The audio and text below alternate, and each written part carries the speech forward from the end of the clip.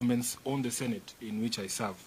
Article 186 of the Constitution of Kenya and Section 5 of the County Government Act define the roles of the different levels of government, setting up clear boundaries for functions of the two. Additionally, the Intergovernmental Relations Act outlines the frameworks for consultation for effective devolution.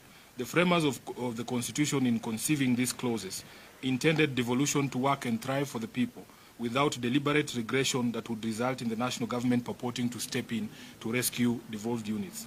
President Ruto, in his speech at the signing, claimed that the same was pursuant to the Urban Areas and Cities Act, a legislation put in place prior to the implementation of devolution.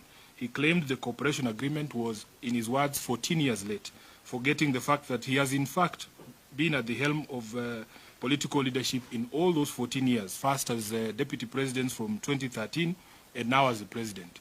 One wonders why he has just suddenly become aware of the Urban Areas and Cities Act less than 18 months to the 2027 elections. From the onset, I wish to state that my office was neither involved nor consulted before this decision was taken. Indeed, the so-called cooperation agreement itself acknowledges that no public participation was conducted prior to the signing yesterday, a violation of the Constitution that is too egregious to ignore. To then provide the same agreement that it would be subjected to public participation after the fact is not only disrespectful to the people of Nairobi, but the clearest indication that it is anything but what we are being told it is. What's worse, the agreement is meant to take effect within 14 days, and one wonders whether any meaningful public participation can be had in such a short period. The agreement in clause 6.2, in fact, states anticipates the outcome of the proposed public participation, limiting it to amendments and forgetting that the people in their righteous might have the option of rejecting the whole agreement in toto during that public participation. Secondly, the steering committee established to oversee the agreement is very national government heavy. Of the 12 members of the committee, a whopping 2/3 are appointees of the national government. From its structure, the governor will play subservient to the prime cabinet secretary, making Sakaja effectively the new deputy governor of the county of Nairobi. This, to me, is not cooperation, but a takeover. Thirdly, just last week, the governor of Nairobi City County, Johnson Sakaja, in his address to the County Assembly of Nairobi, derided what he termed the NMS experiment that left us with a Kenya shillings 16 billion hole in pending bills and vowing to never engage in similar. I wish to remind Governor Sakaja that the Senate in fact directed that those NMS pending bills were the responsibility of State House, from where he was speaking yesterday, since the accounting officer for NMS was the comptroller. He should have used the opportunity yesterday to remind the President that thousands of contractors and workers are still owed money by State House and their livelihoods remain in peril as Ruto continues to ignore them. This agreement is a blatant continuation of the NMS model and with it, the culture of unpaid bills, weak audit systems and unbridled corruption. Fourthly, it is in the public knowledge that the national government owes Nairobians over 100 billion shillings in unpaid rates and other payables from national government institutions. Ruto throwing around the figure of 80 billion as a symbol of his generosity to the people of Nairobi is nothing but a ruse. Fifthly, the national government continues to hold on to functions that are solely as national trunk roads and county roads. Kenyans must note that national government agencies like Kura and Kera continue to insist on of Nairobi. In fact, the late Baba Raila Amolo Odinga repeatedly called for the disbandment of these two agencies, going so far as including the full unbundling of the functions in the MOU he signed with President Ruto in March of 2020. Dissolve Kura and Kera as per his advice and channel all their budgets to the Nairobi County government to do our roads. Number 3, utilize existing legal instruments such as KARA and conditional grants to channel additional funds to Nairobi for streetlights and markets, noting the unique security needs of the capital county. 4, direct Treasury to honor the disbursement schedule passed by the Senate that legally requires them to transmit county shareable revenue by 15th of every month. You have heard us in the Senate complain of frequent delays, and the Council of Governors as well, frequent delays in disbursement of the shareable revenue, which is part of the problems, the causes of the problems in the counties. And you have heard that a state institution such as State House has already expended its entire budget 4 to 3 months before the end of the financial year. Yet county governments are behind 3 to 4 months in terms of receipt of their allocation. So you see, Mr. President, it is possible to remain faithful to your oath of office. We want development, but only if undertaken in strict accordance with the Constitution. This is, in fact, is the very foundation of leadership. I want to take this opportunity to urge both parties, my Governor Sakaja and the President, to shelve this agreement in the public interest and maintain fidelity to the Constitution through those ways that I have suggested to them. I thank you. This is my statement. I will take questions, if any. Yes.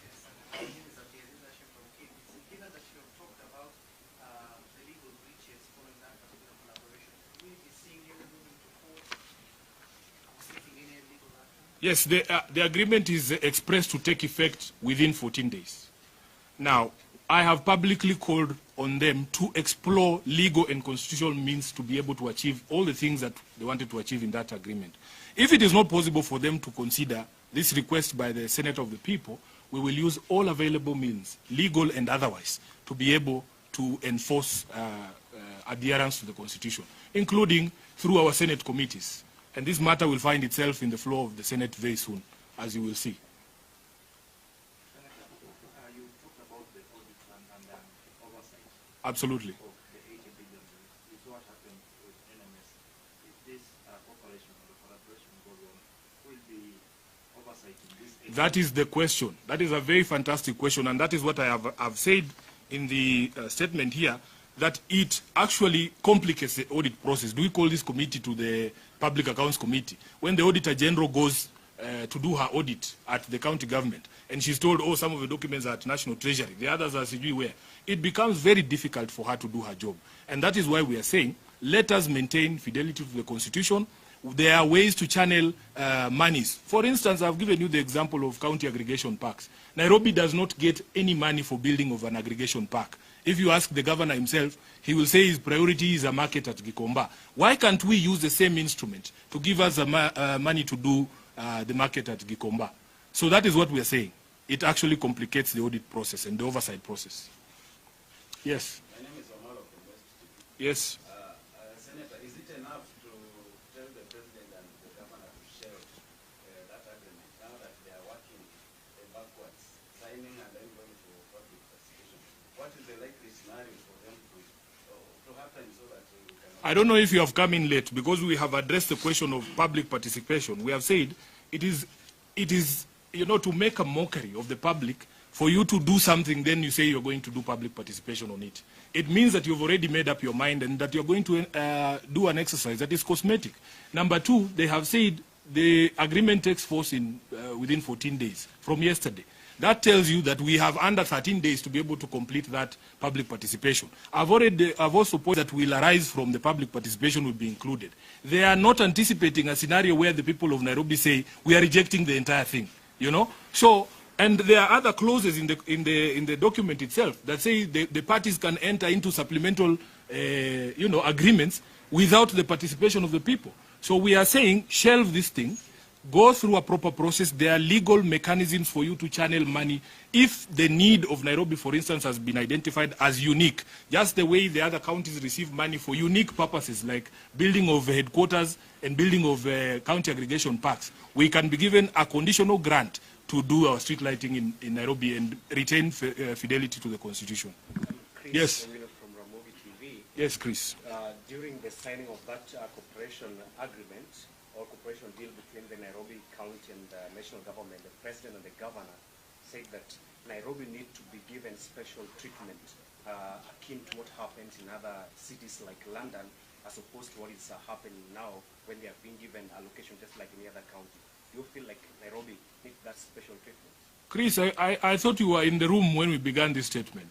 Just go through the statement I have given, that the Urban Areas and Cities Act was passed in 2012. William Ruto was deputy president. In fact, they called him a co-president in 2013 institution. So we are wondering, how has he suddenly become clever and noticed that there is a law called the Urban Areas and Cities Act? It requires that you give Nairobi support, yes. But we are saying there are constitutional means for you to channel this support, as I've given you the examples. No, it's not a mistake to have Nairobi as a county. It was recognized. I will give you another example. We have something called the Equalization Fund. The Equalization Fund was embedded in the Constitution after recognition that there are areas that had been traditionally marginalized. And if you read the language of the Constitution on the marginalization or the equalization fund, it says that we need to put in place some special funds to bring the level of infrastructure in those areas to the standard ordinarily enjoyed by the rest of the other counties. So there is a special fund for that. The Urban Areas and Cities Act also recognizes that Nairobi as a seat of power, that Nairobi as a seat of diplomacy has certain unique needs. For instance, the bill we pay on electricity alone for streetlights cannot be compared to any other county. That is what the Urban Areas and Cities Act is for, a power grab through the back door. There are legal instruments for you to be able to advance that support, recognizing that Nairobi is unique. So if, say, Bungoma needs a county aggregation park, and they don't need streetlights as much as we do, give them money through the conditional allocation and the additional allocation for their industrial park, and give us ours for streetlights. Do you see are there any similar cooperation agreements with any other counties? There are none. And also the president must tell us, Nairobi is not the only city in Kenya. There are 3 more other cities there. As recently as last year, we gave a charter to Eldoret. So will there be similar agreements with those other cities? Or what is so special that he has seen here in Nairobi?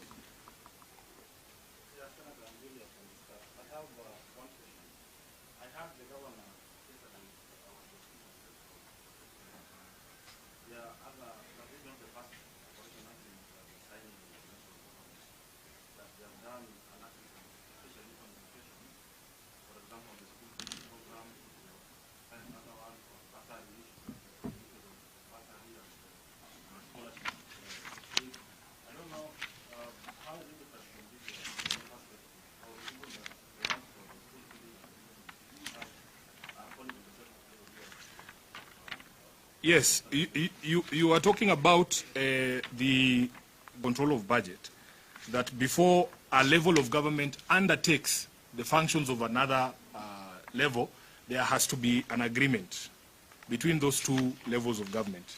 And for instance, when it came to education, education is stated as a national government function, especially the counties only deal with ECDs. So when you are giving bursaries without a framework that allows you to do that, that is what that agreement relates to. This one is very different. This one is very different because they are not saying that they are going to undertake national government functions or that they are going to undertake county government functions. That's not what they are saying. In fact, they were very clear yesterday that it has nothing to do with transfer of functions. But it is actually transfer of functions hidden as an untransfer of functions. And the legal problems that we have, again, ladies and gentlemen, you have to go through the statement that I have made. An agreement such as was signed yesterday, I am sure those negotiations have been going on for months. The right thing to do would have been to tell the public, the people of Nairobi and the County Assembly and the Senate, that we are anticipating getting into this, agreement, and have people input into those discussions that you're having, and then reach a final document, then you sign. But for them to have been sitting in a corner somewhere hiding, having this conversation, then we're just told there's a signing ceremony tomorrow.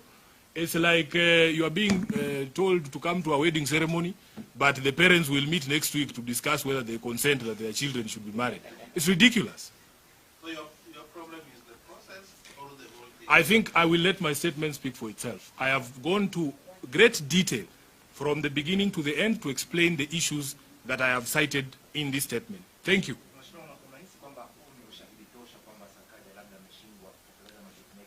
Kwanza hauhitaji ushahidi wote kwa sababu jana rais mwenyewe alisema kwamba kaunti ya Nairobi imefeli katika kazi zake. So muulize rais. Rais ametembea jijini, ameona kuna takataka kila mahali, ameona kuna shida kila mahali, amesema jiji hili linaendeshwa vibaya. Maneno ya rais mwenyewe. Na mlikuweko na yeye huko na State House jana. Sijui mbona ukumuuliza. Nashukuru sana. Wacha tukomee hapo tafadhali.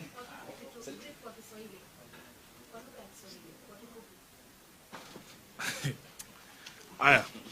Kwanza natoa usemi huu kama seneta wa kaunti ya Nairobi. Kuwajulisha wananchi kuna masuala muhimu ambaye lazima yaulizwe kuhusu mkataba huu. Jambo la kwanza ni kwamba chini ya sheria ya Kenya, chochote ambacho serikali inafanya, sheria ya Kenya, chochote ambacho serikali inafanya, serikali kuu ama serikali ya ugatuzi, lazima iwe kwa kuambatana na katiba. Katiba ya Kenya inahitaji kwamba unapofanya mkataba kama huu lazima tuhusishwe sisi kama wananchi wa Nairobi. Haiwezekani kwamba mtie kidole sahihi ama mtie sahihi mkataba kisha mtuambie kwamba mtakuja kutuhusisha baadaye. Inaonyesha dharau kwa wananchi, inaonyesha dharau kwa viongozi, inaonyesha kwamba tayari mmeafikia mambo fulani na sasa mnataka tu sisi kututumia kana kwamba kuwekelea rubber stamp pale. Nataka niwaambie wananchi wa Nairobi kwamba mimi kama seneta wao sikuhusishwa pahali popote katika mazungumzo haya. Mara ya kwanza tumesikia kuhusu mazungumzo haya ni wakati ambapo tumeitwa kwa ndoa ya uhalalishaji hapo jana ya kwamba tuende kushuhudia jambo hili. Thirdly, ama jambo lingine, ukiangalia ile kamati ambayo imewekwa pale ya kusimamia mpango huu mzima, imewajaza wale ambao ni wanaondokea katika serikali kuu. Ukiangalia kwa kamati ya watu 12, utakuta kwamba ni watu wanne peke yao ambao wanawakilisha county government ya Nairobi, na tunaona kwamba hiyo sio cooperation, hiyo ni kama ni takeover. Jambo lingine ni kwamba serikali kuu na mashirika yake hapa Nairobi tunawadai sisi kama wana Nairobi zaidi ya shilingi bilioni 100. Kwa hivyo Ruto kurusha shilingi bilioni 80 na kutuambia kwamba sasa yeye ndio mkarimu sana, hiyo ni kutufumba sisi macho kama wana Nairobi. Tunajua kwamba iwapo angetoa zile pesa ambazo mashirika ya kitaifa na serikali yake zinadaiwa na kaunti ya Nairobi, tungeweza kuyafanya mambo ambayo anasema anaenda kuyafanya na zile bilioni 80, na tungebakisha masalio ile ya kutoa shilingi bilioni 20 ya kufanyia mambo mengine. Jambo lingine ni kwamba serikali kuu inaendelea kushikilia kazi ambayo inahitajika ifanywe na counties. Kwa mfano, mambo ya ujenzi wa barabara. Katiba ya Kenya inatambua barabara aina mbili peke yake. Barabara za kitaifa na barabara za county. Kwa hivyo ukiona kuna mashirika ya serikali kuu ambaye yanajiita Kera na Kura ambaye yanasisitiza kwamba wapewe bajeti za kufanya barabara hapa Nairobi, inapeleka kwamba hatujazipa counties functions zote na fedha zote ambazo zinafuatana na hizo counties, na ni baadhi ya zile jambo ambalo baba Raila Amolo Odinga marehemu alikuwa anashikilia sana. Akasema kwamba kazi zote ambazo ni za county pamoja na fedha ambazo zinaambatana na kazi hizo zipewe counties, na iko katika mkataba ule ambayo aliandikishana na Mheshimiwa William Ruto ambaye unaenda kukamilika mapema mwezi ujao. Hiyo ndio tarehe ya mwisho. Ya mwisho kabisa nitakuelezea kwamba kuna njia mbadala za kuweza kuzipa counties fedha kulingana na mahitaji yao speciali. Kwa mfano, kuna counties ambazo zilikuwa hazina makao makuu, headquarters.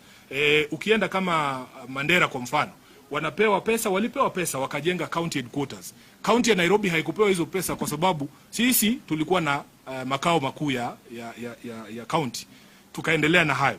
Kuna counties ambazo zinapewa hizi fedha speciali za industrial park. Nairobi haipati hizo fedha. Manake hapa mahitaji yetu ni tofauti. Kwa hivyo kwa njia hiyo tunaweza kusema kwamba labda county ya Turkana haihitaji taa za barabarani jinsi ambavyo Nairobi sisi tunahitaji.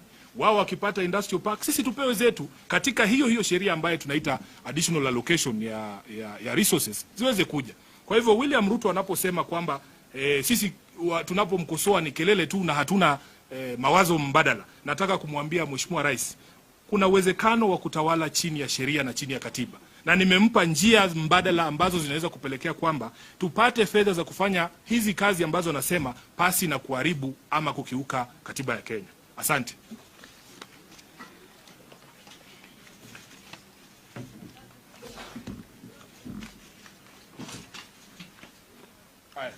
Kama kawa, nashukuru sana.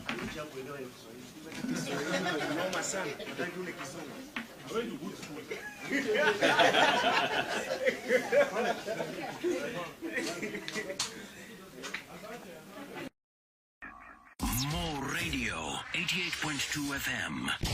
We are in charge. More Radio, 88.2